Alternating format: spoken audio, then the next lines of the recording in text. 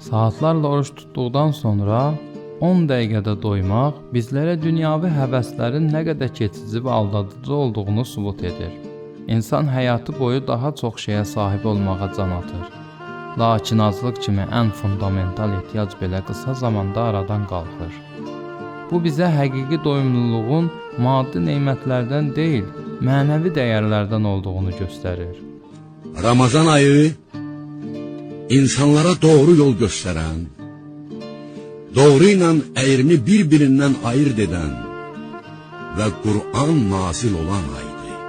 Oruc təkcə bədəni deyil, ruhu da saflaşdıran bir ibadətdir.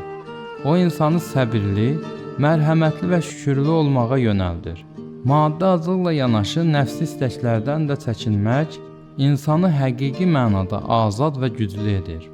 Mübarək Ramazan ayı yalnız yemək və içməkdən uzaq durmaq deyil, eyni zamanda daxili dünyamızı nurla doldurma fürsətidir.